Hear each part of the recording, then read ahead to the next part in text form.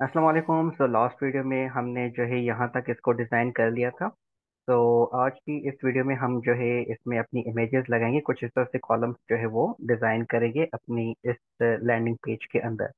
तो आ जाते हैं विजुअल स्टूडियो कोड के अंदर और सबसे पहले ऊपर आ जाते हैं जहाँ पे हमें ये इमेजेस लगानी है। तो ये इमेजेस बेसिकली हमें द बैंड के अंदर सबसे पहले लगानी है। तो यहाँ पे सेक्शन के अंदर हम एक काम करते हैं, एक डिव बना लेते हैं, डिव। और आपको याद होगा कि लास्ट टाइम मैंने यहाँ पे ये क्लास, अच्छा इसमें नहीं, वो दूसरे में था, वो दूसरी चीज़ें, चले ठीक है। तो यहाँ पे मैंने ये डिव बना ली है और इस डिव को मैं क्लास दे देता हूँ सेक्टर्स की। ठीक है। और इसके अंदर मुझे क्या करना है, एक पैराग्राफ चाहिए। और इस पैराग्राफ के अंदर मुझे सिंपली क्या करना है, एक तो लिखना है, एक में लिखना है कंस्ट्रक्शन, इस तरह से। और यहाँ पे मुझे लगानी है एक इमेज, इमेज एसआरसी, जो कि हमारी इमेजेस के अंदर पड़ी है, और ये कंस्ट्रक्शन डॉट जेपीजी के नाम से इमेज पड़ी हुई है। इस तरह से मैंने इसके अंदर लगा दी है। अब इसको मैं सिंपली क्या कर रहा हूँ कि कॉपी किया मैंने यहाँ से, और यहाँ पे भी पेस्ट किया, और यहाँ पे भी इसको मैंने पेस्ट कर दिया, ठीक है, 3 दफ़ा। दूसरे में मुझे यहाँ पे क्या लिखना है, कंस्ट्रक्शन की जगह सर्जिकल, इसको मैंने यहाँ से किया कॉपी। और यहाँ पे इमेज भी हम सर्जिकल की लगा देते हैं इसके अंदर, स्लैश सर्जिकल। सेम तरीके से थर्ड जो है वो आई थिंक स्पोर्ट्स की है, तो स्पोर्ट्स कर दिया, और यहाँ पे हम स्पोर्ट्स की इमेज इसमें लगा देते हैं कुछ इस तरह से। ठीक है। तो ये तीन हमने जो है इमेजेस, तीन डिव्स बना के उसके अंदर हमने पैराग्राफ और इमेज लगा दी है। और अब अगर मैं यहाँ पे आके इसको रिफ्रेश करूँ, तो ये देखें कैसे अजीब व गरीब आपका डेटा इस तरह से आ गया है। तो अब इसको प्रॉपर डिज़ाइन करने के लिए हमें सिंपली क्या करना है, आ जाते हैं अपने सीएसएस के अंदर। तो ये सेक्टर्स को मैंने पकड़ा, और यहाँ पे अब इसका जो कोड मैं लिखने वाला हूँ वो मैं उसी जगह पे लिखने वाला हूँ जहाँ पे हमने बैंड का कोड लिखा था। हम्म, तो ये हेडिंग 1, ये टेक्स्ट जस्टिफाई, और यहाँ पे मैं इसका कोड लिख रहा हूँ। वैसे अगर मैं चाहता नीचे भी लिख सकता था, लेकिन प्रॉपर सीक्वेंस में चल रहे हैं तो इसलिए मैं इसको यहाँ पे लिख रहा हूँ। सेक्टर्स मैंने कर दिया, और सेक्टर्स के बाद यहाँ पे, और ये सेक्टर्स बेसिकली किसके अंदर आ रहा है, ये आ रहा है फुल विड्थ के अंदर इस जगह पे। तो इसको मैं कुछ इस तरह से कर देता हूँ, ये मैंने कॉपी पेस्ट कर दिया और पैराग्राफ की जगह डॉट सेक्टर्स कर दिया। वैसे इससे कोई फर्क पड़ेगा तो नहीं, लेकिन देख लेते हैं। और इसकी जो विड्थ है वो मैं लगा देता हूँ कोई, हमारे पास होती है 100% ना। 100% में अगर 3 से मुझे उसको डिवाइड करना है तो वो आपका होता है 33.3। ठीक है। तो मैं यहाँ पे 33% लगा के देखता हूँ कि क्या हो रहा है। इसको मैंने रिफ्रेश करके सेव किया, तो देखिए कुछ भी नहीं आ रहा। इसको मैं फॉर अ वाइल इसको मैं 30% लगा देता हूँ कुछ इस तरह से। तो देखिए कोई भी अभी तक फर्क नहीं आया। अब दूसरी चीज मुझे क्या करनी है, इस सेक्टर्स के अंदर हमारी क्या आ रही है, इमेज आ रही है।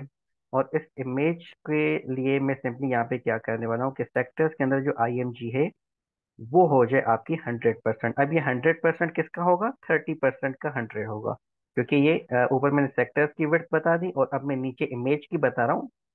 तो ये जो 100% है ये स्क्रीन का 100% नहीं होगा, ये इस 30 का 100% होगा। ठीक है। तो अब अगर मैं यहाँ पे इसको रिफ्रेश करूँ तो देखिए ये परफेक्टली आपकी जो है वो इमेजेस छोटी हो गई है। दूसरा, ये लाइन में आ रही है, तो इसको इसको एक कॉलम में करने के लिए मुझे क्या करना होगा, डिस्प्ले, ये जो सेक्टर्स वाला है ये डिव है। तो डिव आपको पता है कि वे ब्लॉक होती है, इसको मुझे करना है इनलाइन ब्लॉक, कुछ इस तरह से। सेव किया और रिफ्रेश किया, तो देखिए ये तीनों आपकी जो है वो लाइन में आ चुकी हैं। ओके।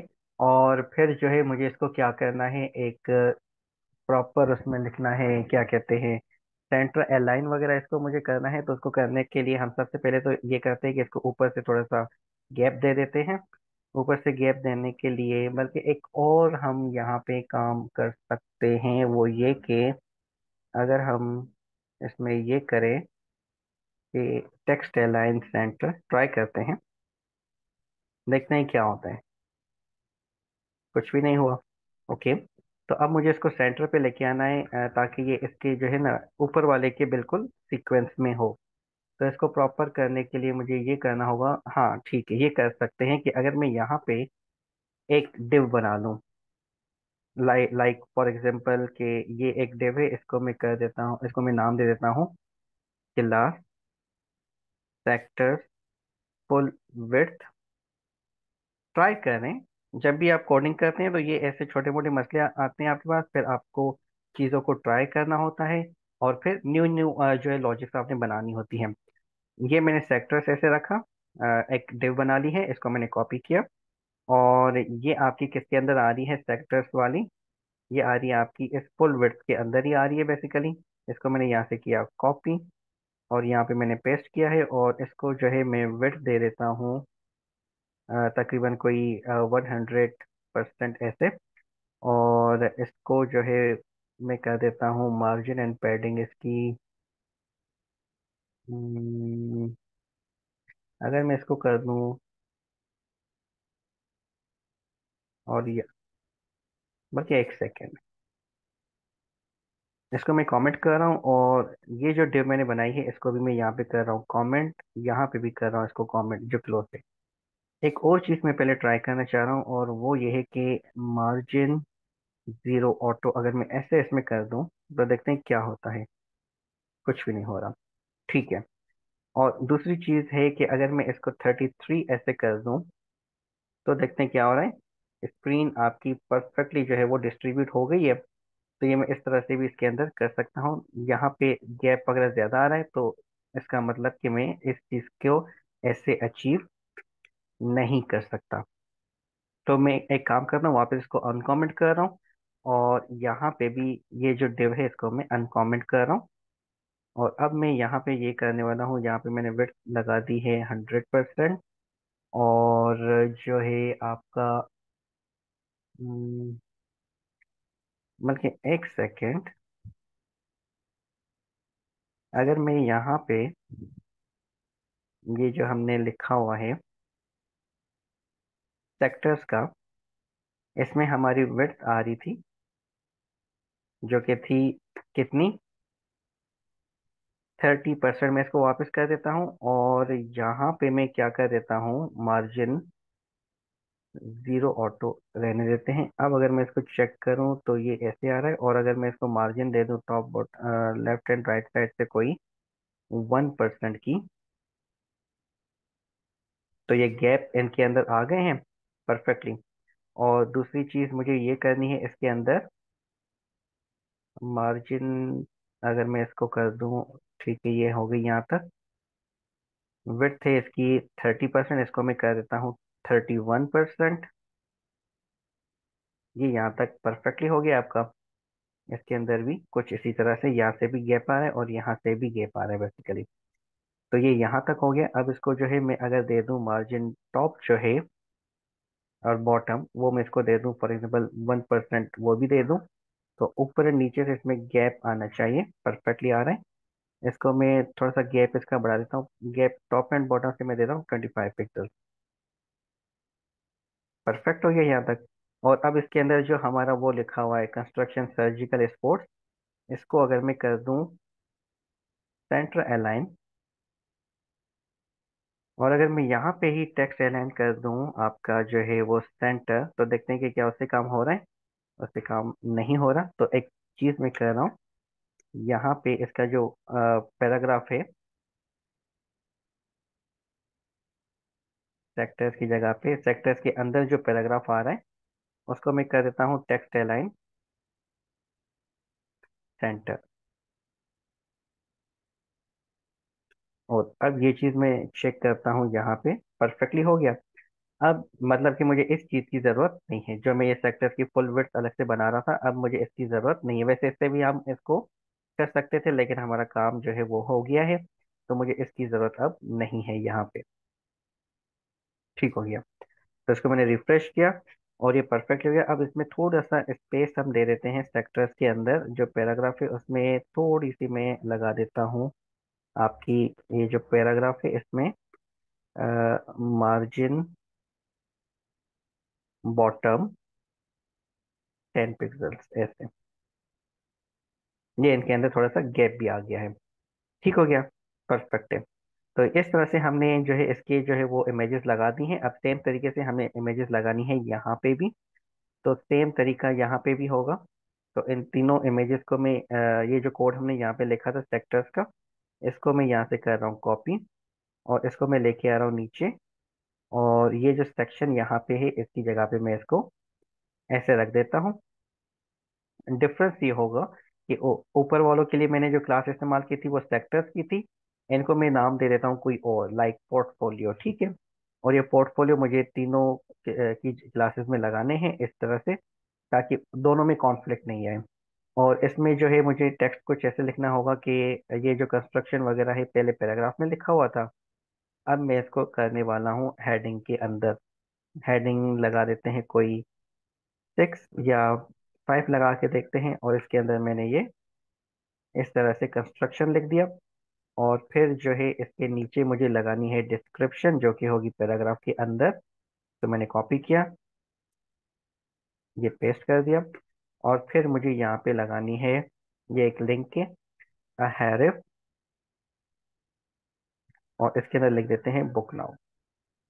ठीक हो गया। इस चीज को मैं कर रहा हूँ यहाँ से कॉपी, इन तीनों चीजों को, और इनको मैं रिपीट करूंगा कहाँ पे, इस जगह पे।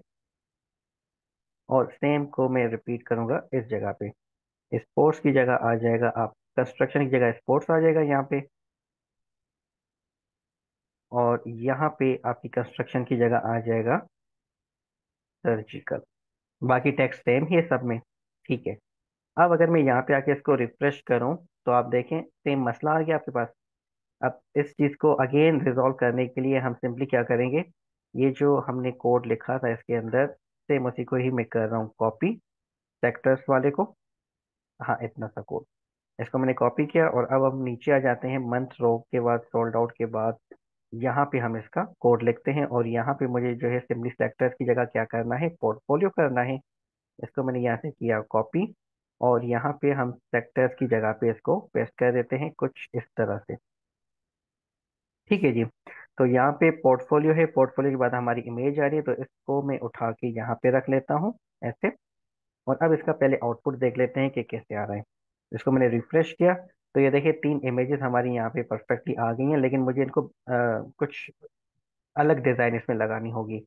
तो सबसे पहले मुझे क्या करना है कि ये जो पोर्टफोलियो है इसका जो बैकग्राउंड है वो हो जाए आपका वाइट ऐसे। ठीक है, रिफ्रेश किया तो देखिए बैकग्राउंड इसका वाइट हो गया है। और फिर बैकग्राउंड वाइट होने के बाद मुझे इसके अंदर क्या करना है, आपका कंस्ट्रक्शन जो टेक्स्ट है वो मुझे करना है इसके अंदर ब्लैक। तो कलर को मैं कर देता हूँ ये। ठीक हो गया, रिफ्रेश किया, ये कुछ इस तरह से आपका टेक्स्ट आ गया है। अब इस कंस्ट्रक्शन सर्जिकल वगैरह जो लिखे हुए हैं वो काफी छोटे लिखे हुए हैं, तो मैं यहाँ पे हेडिंग कर देता हूँ 4। देखते हैं कि ये कितनी है, ये कुछ बेहतर है। तो सेम तरीके से सर्जिकल को भी 4 कर देते हैं, इसकी भी हेडिंग 4 कर देते हैं। और अब अगर मैं रिफ्रेश करूँ तो देखिए ये कुछ इस तरह से हो गया है। और अब जो है मुझे सिंपली क्या करना है, इस सेक्टर के अंदर पैडिंग लगानी है, किस जगह पे, हेडिंग 4 के अंदर और पैराग्राफ के अंदर। ठीक है, तो कैसे करेंगे हम, ये जो पैराग्राफ है और हेडिंग 4 है, दोनों पे मुझे लगानी है टेक्स्ट एरर, इनका सेंटर नहीं होगा। और यहाँ पे हम सिंपली क्या करते हैं, पैडिंग 2%। रिफ्रेश किया तो ये देखिए परफेक्टली आपका जो कंस्ट्रक्शन और टेक्स्ट है ये परफेक्ट हो गया। और फिर जो है मुझे इसका जो वो है आपका क्या कहते हैं, एंकर टैग है, उसको मुझे लेके आना है सेंटर के अंदर। तो ये मैंने सिंपली कोड को कॉपी पेस्ट किया है, और यहाँ पे मैं ए लिख देता हूँ। और यहाँ पे सबसे पहले जो चीज़ है वो मैं, अच्छा, टेक्स्ट को सेंटर पे लाने के लिए अगर मैं यहाँ पे टेक्स्ट अलाइन सेंटर ऐसे करूँ तो देखते हैं कि क्या होता है। सब कुछ सेंटर पे आ गया है। मुझे सब कुछ सेंटर पे नहीं चाहिए, मुझे क्या चाहिए, सिर्फ और सिर्फ जो एंकर टैग है वो सेंटर पे चाहिए। तो इसको मैंने यहाँ से हटा दिया, और यहाँ पे इसको लगा देते हैं एंकर टैग में। तो देखिए इस पे कोई भी फर्क नहीं आया। तो इसको मैं एक और काम करता हूँ, अगर मैं यहाँ पे आके ये जो हमारे एंकर टैग्स लगे हुए हैं, अगर इनकी जगह पे मैं सिंपली ऐसे 3 कर्सर्स में बना रहा हूँ, अगर मैं यहाँ पे सेंटर ऐसे लिख दूँ तो क्या मेरा काम नहीं होगा, होना चाहिए। इसको मैंने यहाँ पे क्लोज कर दिया, और यहाँ पे क्लोज कर दिया सेंटर को, और यहाँ पे। और अब अगर मैं रिफ्रेश करूँ तो देखिए ये आपके सेंटर पे आ गए, मतलब जो काम HTML से हो रहा है तो कहूँगा क्यों मैं इस पे CSS लगाऊं। ठीक है, ये आपका हो गया यहाँ तक। उसके बाद इसकी पैडिंग 2% हो गई। इसका जो बैकग्राउंड कलर है वो देखते हैं कि क्या आ रहा है। बैकग्राउंड कलर, और बैकग्राउंड कलर में इसको दे देता हूँ ब्लैक, और इसको जो है टेक्स्ट कलर में दे देता हूँ वाइट। ठीक है, सॉरी, टेक्स्ट कलर वाइट, इस तरह से। ये आपका इस तरह से हो गया। अब ऊपर और नीचे से मुझे इसमें स्पेस देनी है, तो यहाँ पे एक चीज़ मैं करता हूँ कि अगर मैं यहाँ पे अगर मैं लिखूँ मार्जिन, इससे पहले यहाँ पे मैं मार्जिन लगा के देखता हूँ। टॉप एंड बॉटम पे 2% एंड 0। काम नहीं हो रहा, नो इश्यूज।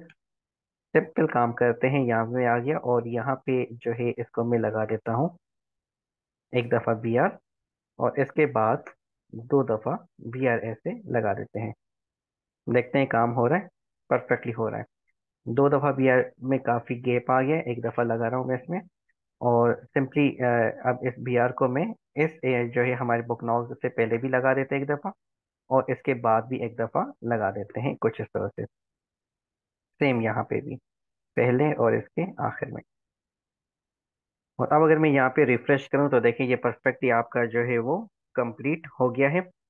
तो ये था सिंपल सा हमारा लैंडिंग पेज बनाने का तरीका। आई होप कि आपको ये आइडिया हो गया होगा कि अगर आपने लैंडिंग पेजेस बनाने हैं तो ये देखिए कितनी सिंपल सी वेबसाइट है, इसको बनाने में हमें इतना कोई टाइम भी नहीं लगा। तो यहाँ पे इसको हम पॉज करते हैं, और नेक्स्ट वीडियो में हम ये देखेंगे कि अगर मुझे इसको मोबाइल रिस्पॉन्सिव करना है तो वो हम किस तरह से कर सकते हैं। क्योंकि अगर मैं इसको जूम आउट करूँ और यहाँ पे अगर मैं आ जाऊँ तो देखें कंस्ट्रक्शन सर्जिकल ये कैसे आ रहे हैं, बिल्कुल ही खराब हो गए हमारे। तो ये देखिए ये भी हमारे बॉक्सेस खराब हो गए हैं, ये भी रिस्पॉन्सिव नहीं है। तो इसको रिस्पॉन्सिव करने के लिए हम नेक्स्ट वीडियो में देखेंगे कि किस तरह से हम इनमें मीडिया क्यूरीज लगा सकते हैं। तो तब तक अपना ख्याल रखिएगा, मिलते हैं अगली वीडियो में। अल्लाह हाफिज़।